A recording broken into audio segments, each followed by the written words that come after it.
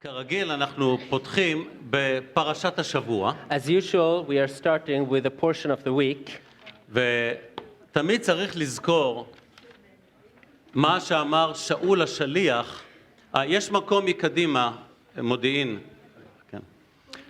תמיד צריך לזכור מה אמר האדון ישוע על התורה. We always need to remember what the Lord Jesus said about the Torah. תכלית התורה הוא המשיח. The purpose of the law is the Messiah. נקודה. Full stop. ולכן כאשר עוברים על פרשת השבוע, ישנם הרבה סיפורים, הרבה אירועים שאכן התרחשו. And then, therefore, when you go through the Torah and the stories in the law, there are all kinds of stories and narrations of events that did take place, they did happen.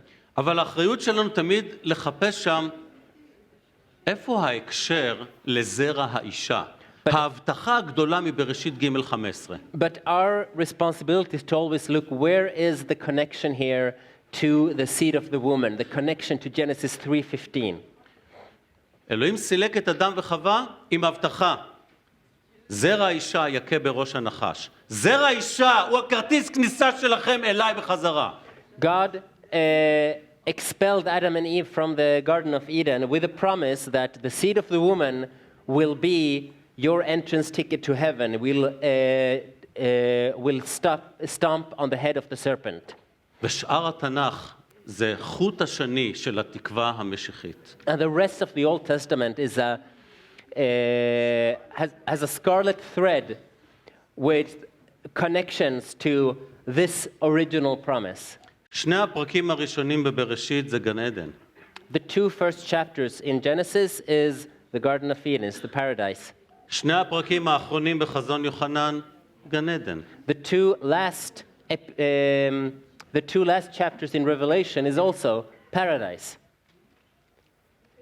אז מה זה 1,000 הדפים האלה באמצע? So what's all these 1,000 pages in between? הפרוצדורה, איך להגיע לשם. It's the procedures of how we get back there. אתה מזלזל בזה, אתה הולך לג'הנם. If you don't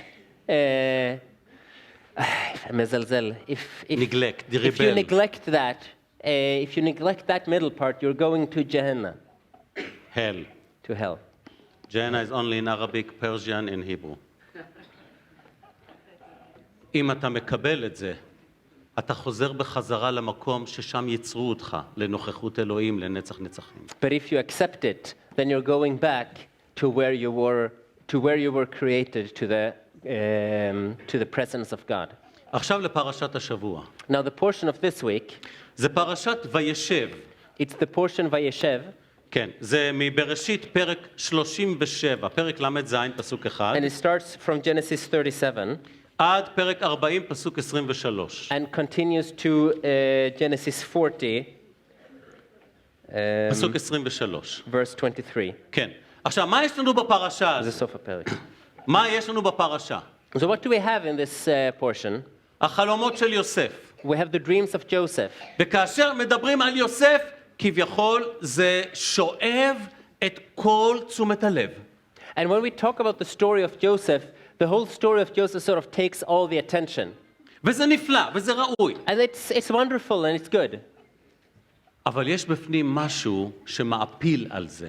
But there's something in it that is more important.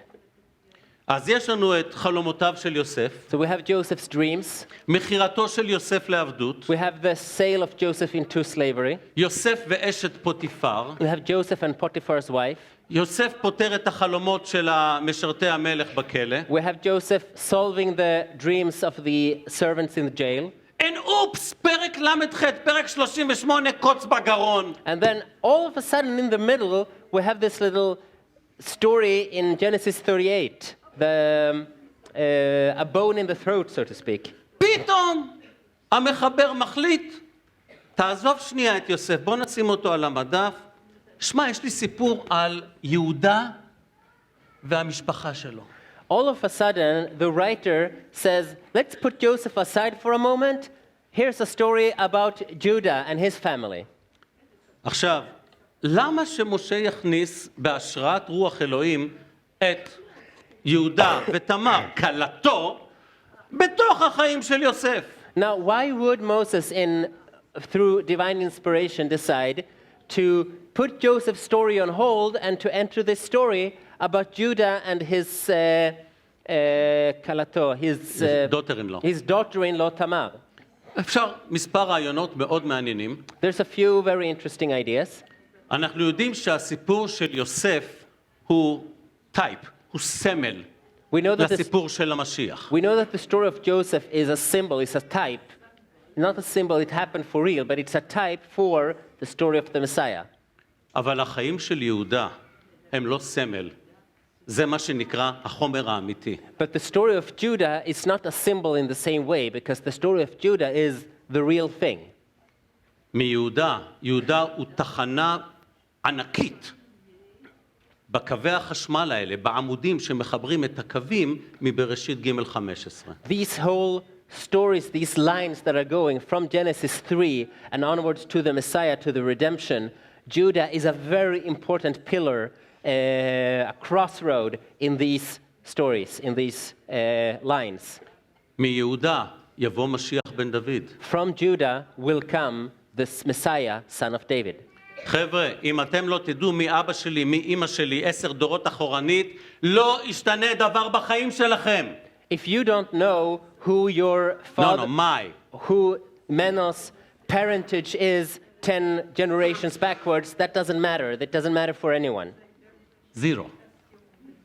לא ישנה דבר בחיים שלכם. It won't change anything in your life. אבל לא לדעת את תעודת היוחסין של המשיח, מה, השתגענו? זה חובה. זה תעודת זהות של ג' 15. But not knowing the genealogy of the Messiah, of Jesus, this is very important. It's like it's the whole basics of everything. איך מתחילות 4 הבשורות? How do the 4 Gospels start?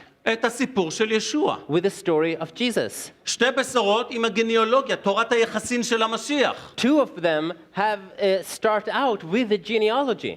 למה אתם חושבים שהבשורות מתחילות עם הסיפור של ישוע? Why do you think that the Gospels start with the story of Jesus? כי הוא התקווה של התנ"ך, הוא התקווה של הנבואות. Because he is the purpose of all these prophecies. He is the hope of the Old Testament. עכשיו בואו נראה את הסיפור של יהודה. Now let's hear the story of Judah. פרק ל"ח בבראשית פותח בסיפור עצוב. Genesis 38 starts with a sad story. יהודה נפרד מן האחים שלו ויורד דרומה. Judah says goodbye to his brothers and he goes southwards. והוא מתחבר עם גויים ונישא לאישה כנענית. And he intervenes with the Gentiles and marries a Canaanite woman. אז לא היו יהודים. הוא מתחתן עם בני כנען, בסדר? Well, there were no Jews back then. Jews are descendants of Judah, actually. But he married a Canaanite woman, a woman who lived in that area. בחורה אחת, הבת של שועה. And she was the daughter of Shua. רבותיי, תזכרו שכנען כולל. כנען מה? כנען כולל. כולל. Remember that Canaan was cursed. וזה לא סתם אלוהים בא ואמר לעם ישראל, אל תתערבו איתם, תסירו אותם. אלוהים הוא לא קם בבוקר אחוז שנאה כלפי מישהו ככה סתם. And God said, keep away from them, don't marry into them. God didn't just, and that's not because God just decided to hate an entire people group. שימו לב מה עשה יהודה. Notice what Judah did. נפרד מאחיו. Disconnects from his brothers. מתבולל עם בני כנען. And assimilate with the Canaanites. הוא האח המנהיג. נכון שראובן היה הבוגר, אבל יהודה הוא תכלס המנהיג בין החבורה. Judah is the leader of the brethren. Yes, Reuben was the oldest, but it is Judah who was the leader. אם כל האחים ילמדו מה יהודה עושה וילכו אחריו, הלך על עם ישראל. If all the brothers would learn and hear about what Judah did and start following his example, the whole idea of a people of Israel would be void. עכשיו אתם מבינים למה בדיוק בתקופה הזו נשלחים עם ישראל לעבדות במצרים 400 שנה, כמו שאלוהים הבטיח לאברהם בבראשית 15. And now we understand why specifically at this time, shortly after, God makes sure that the people of Israel are going into slavery in Egypt for 400 years, exactly the way he promised to Abraham before. אז למה הם יורדים למצרים, ירדו למצרים ל-400 שנה? Why did God take them to Egypt to be there for 400 years? אחד, להגשים את מה שאלוהים אמר. One, to fulfill what God said. בראשית 15 פסוק 13. Genesis 15:13. שתיים, לוודא שעם ישראל יישאר אינטקט, יישאר כיחידה להגשים את התוכנית של אלוהים עבור העם. Two, to make sure that the people of Israel would remain intact, that they will remain as one separate community in order to be able to become a people and fulfill God's purposes. במצרים הם היו בארץ גושן. In Egypt, they had their own area. They were in the area of Goshen. למה? Why? המצרים לא רצו לגעת בעובדי צאן. Because the Egyptians רצו didn't בכלל. want to touch shepherds. Oh. הם אף פעם לא התקלחו. Because the shepherds wouldn't shower. No, it's a personal joke with someone here, it's okay. לא. הם פשוט, המצרים בזו לאנשי מקנה. No, because the Egyptians would despise people who were herding. אז אתם תגורו שמה. They were farmers, with the Niles, and they said, "You herdsmen, you live over there." אולי זה נראה לא יפה, אבל זה שרת את התוכנית של אלוהים. It wasn't nice, but that is exactly what God wanted, because that fulfilled God's purposes. וזה נפלא, אלוהים תכנן את כל הדברים, והוא כל כך גדול, והוא עושה את הטוב ביותר עבורנו. God knew that this would happen, and he planned everything in advance, and he does everything from his own purpose. אפשר להסיק מספר מסקנות יישומים אישיים, כן, ביניים. We can, in the meanwhile, already learn some personal applications of this.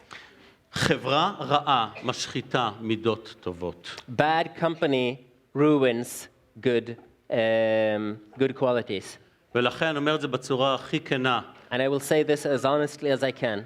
אם אתה מזהה חברה ששמה, אתה רואה אותם עושים את הדבר הנכון. If you notice a friendship circle where you see that they're doing the right thing, דברים שמפארים את אלוהים, things that honor God, תדבק להם. then stay close to them. תדבק להם, אל תזוז משם. Don't move away, stay close to them. אתה רואה איך אתה מתעסק בחברה שבערב אתה צריך לבקש סליחה על מה שעשית, תתרחק מהם. But if you are in a friendship circle where in the evening you have to ask for forgiveness for what you did, then stay away from them. לא תגידו ככה לילדים שלכם? נו באמת. Wouldn't you say this to your kids? תעשו את זה גם לכם. Do it yourselves too. בואו נמשיך. Let's continue. בת שועה, אשתו של יהודה, יולדת 3 בנים. The daughter of Shua gives birth to 3 sons. עונן שלה. Onan, and Shelah. הבכור, the oldest, התחתן עם תמר, married Tamar. ואלוהים הרג אותו בגיל צעיר. And God killed him when he was young. למה? Why? כי הוא היה רע. Because he was evil. He was wicked. זהו זה. That's it. That's all it says. אם יש לכם בעיות, תפנו לאלוהים. If you have a problem, turn to God. לא היו להם ילדים. They didn't have kids. טוב, אז אתם מכירים את חוקי הייבום. So you know the laws of, it's called, does it have a name in English? בטח, Yibum. בטח. יש What? לזה. If the son is dead, so the wife marries his brother, how do you call it? Leverage, yes, Leverage marriage. Yeah, so it's the laws of... Learn from your son. Yeah. Yeah. What? Okay. Leverite? Leverite? כן, אוקיי, Okay. בסדר. כל הכבוד, אפרים. ואז, בגלל החוק הזה, אלוהים מצווה על הבן שלו, עונן, לייבם את תמר. So because of that rule, Judah says, Onan, you have to marry Tamar. אבל עונן רק עינג את עצמו, ולא לקח שום אחריות על תמר. But Onan did not take any kind of responsibility of Tamar, and he only satisfied himself. אלוהים הרג אותו. And God killed him too. נשאר עוד ילד, There was one child left, שלה. Shelah. איך אתם הייתם מרגישים במקום יהודה? How would you feel in Judah's place? בואנה, הבחורה הזו אלמנה שחורה. That woman seems to be some sort of black widow.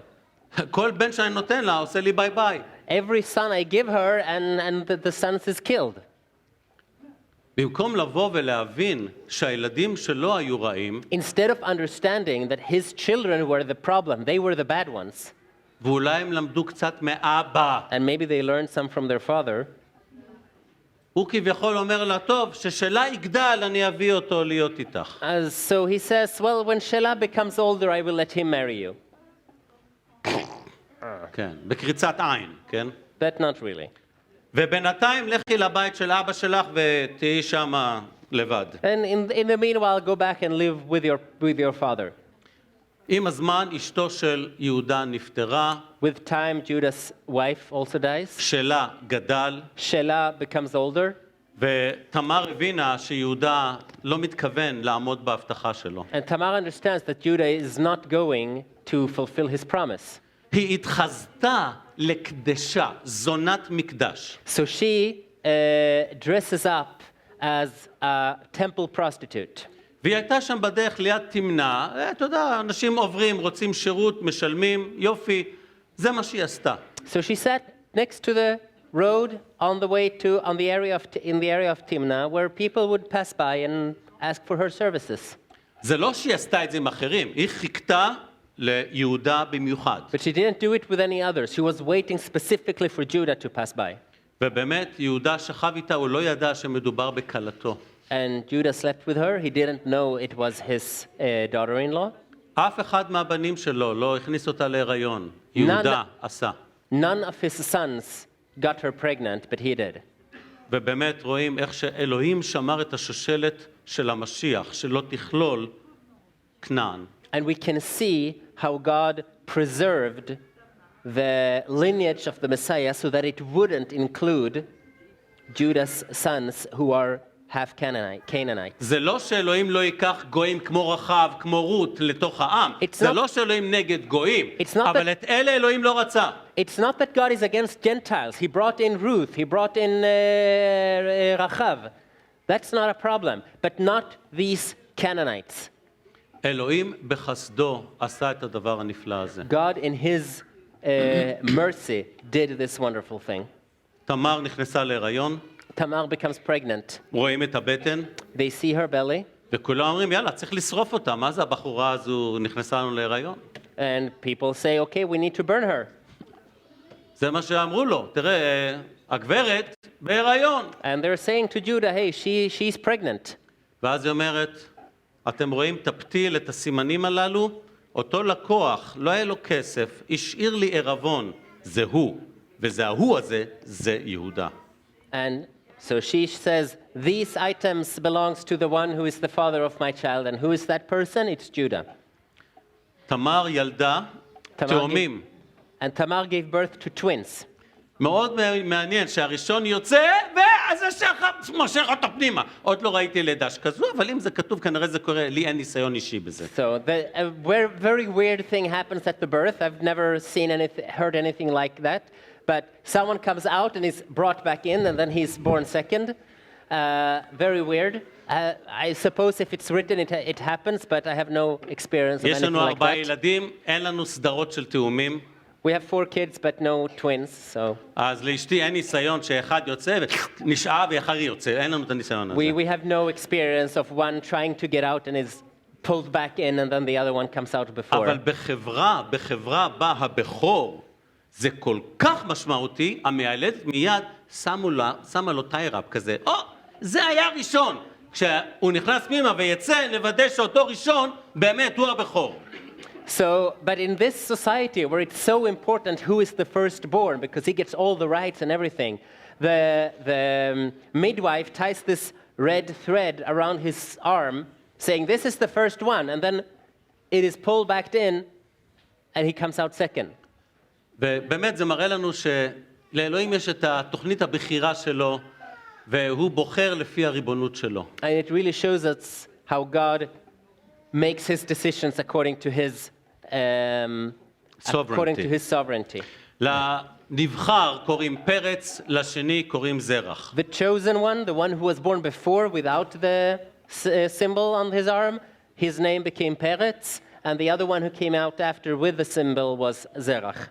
ובוא נראה איך השם פרץ ממשיך. And we will see how the name Peretz continues. בראשית 28, In Genesis 28, פסוק 14. 14. בראשית 28, בראשית כ"ח, פסוק 14. In 28:14, בראשית כ"ח 14, והיה זרעך כעפר הארץ, ופרצת, פרץ, ופרצת. לפעמים בתרגומים לשפות אחרות, דברים כאלה נעלמים. This is yeah. והיה זרעך כעפר הארץ, ופרצת ימה וקדמה וצפונה ונגבה, ונברחו בך כל משפחות האדמה ובזרעך, הכוונה לזרע המשיח. זאת המשמעות לאורך כל התנ"ך, זה חקר הכתובים. So that child received the name Peretz because it means broken forth, broken through. And the midwife said that. And if we look in chapter 28, verse 14, it says, your seed shall be as the dust of the earth, and you shall spread, you shall paratz. It's the same word in Hebrew. You shall spread abroad to the west, to the east, to the north, and to the south, and in you and your seed shall all the families of the earth be blessed.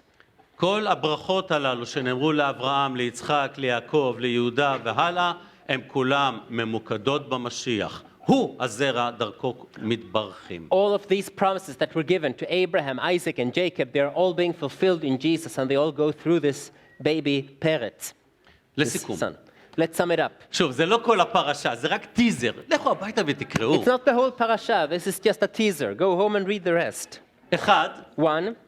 פרק 38, פרק ל"ח, נראה כמו איזו הפרעה באמצע הסיפור של יוסף. Genesis 38 looks like an interlude or something that disturbs in the middle of the stories of Joseph. אבל זה לא ככה, זה בא להזכיר לנו מה העיקר בתוך שושלת המשיח. But it's not, because it comes to show us what is the most important in the story of Joseph. פרץ הוא מהשושלת של זרע המשיח. Peretz is the next step in the lineage of the Messiah.